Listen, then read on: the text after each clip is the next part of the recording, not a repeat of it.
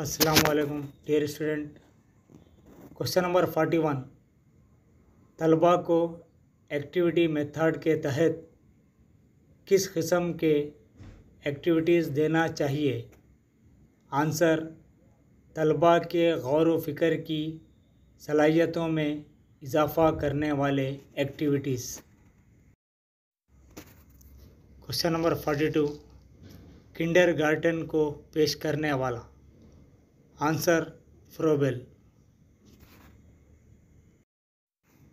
Question number 43, बच्चों में खेलों के ज़रिए ही डेवलपमेंट मुमकिन है, ये किसने कहा?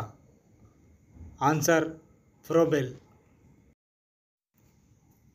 क्वेश्चन नंबर 44, माइक्रो टीचिंग यानी खुर्द तदरीस को किस मुल्क में फ़रोग़ हासिल हुआ?